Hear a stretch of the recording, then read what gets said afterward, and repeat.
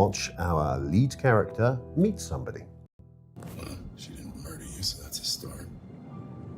So then, you have me at a disadvantage. I assume, of course, that you know who I am?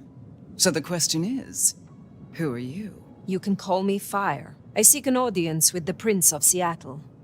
I've been led to believe you can help. How delicious! Whatever could you possibly want with our beloved prince? That's my business. Now, Fire, that is not a fair exchange. You came to me, after all. Do try and play along, darling. It's so boring otherwise. Let's try again. Who are you, really?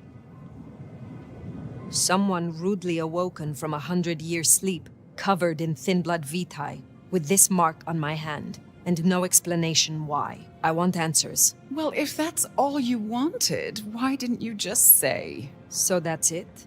You'll help?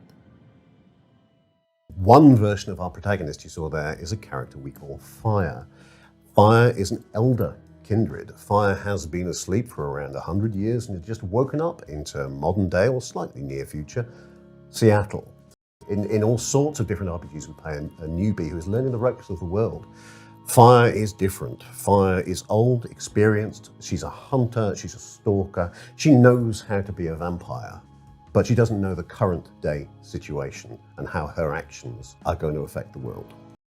Fire isn't at her full power, hasn't recovered it yet, and there are constraints that we don't want to spoil that mean she is effectively bound. She's in a bad situation. You may have seen that mark on her hand.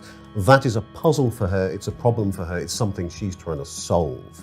So the player journey, the character journey, is about regaining and possibly exceeding what she once was and having making a big change to Seattle for reasons which I hope will become clear. As you may have seen in that last video, she's not entirely alone. The mark has done something very strange to her. She doesn't understand it at the start of the game, but she is hearing another voice. It is the voice of a character called Fabian. Fabian is a modern thin blood vampire from Seattle. He has ended up inside Fire in a way that will be explained in the gameplay. And he is trapped inside her. She is trapped with him. The two together have to navigate their way through this world. They may hate each other. They may grow to like each other. They may carry on hating each other all the way through, but they are bound together. He has an idea about how modern kindred work. He doesn't have the experience that Fire does of vampire society, but he's got a pretty good view, so he can help her. He can guide her through Seattle. Fire is the only person who can hear Fabian. Fabian can't interact with anybody else. He sees everything that she does, and he sees how she treats other people.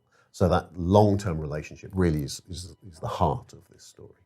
Fabian is much more grounded. He's much more human. And really we're playing off the contrast between the two, the contrast between the elder and the younger, the contrast between the olden times and the new times and how the two interact. So he's very much an anchor for her, I think it's fair to say, and very much a compass for her if she chooses to pay attention to him.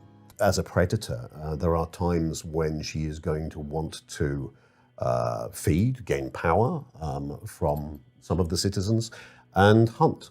And this will affect how Fire's powers can change as the game changes.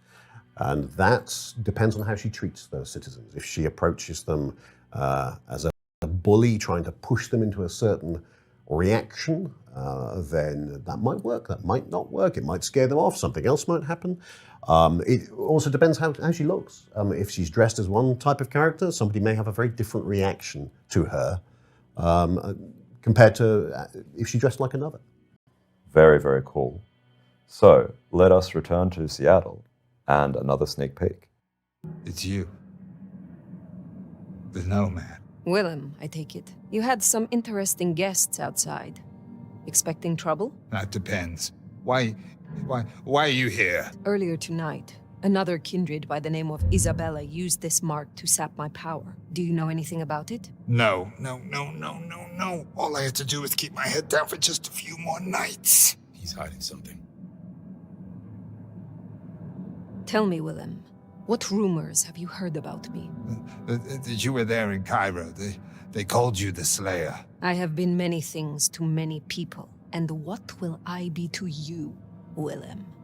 And to this lonely, forgotten warehouse? You're exactly what he said you'd be. I guess that makes it easier. Makes what easier? What happens next?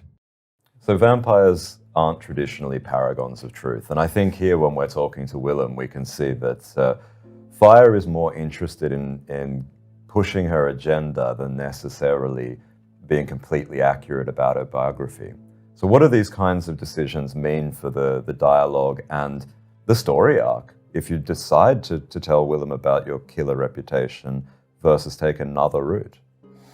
So this is one of the advantages of playing an Elder. You have a history. You've been heard of before. Fire has this legend associated with it. There are several legends, a whole collection of legends. Which of those are true is to a certain extent a decision for the player. We're leaving that deliberately. Was she at this particular incident? Did she cause the incident? Was she escaping the incident? And the variety of different background choices which we feed into it, a little bit like the way that Commander Shepard in Mass Effect has a series of background choices, although ours is slightly more complicated.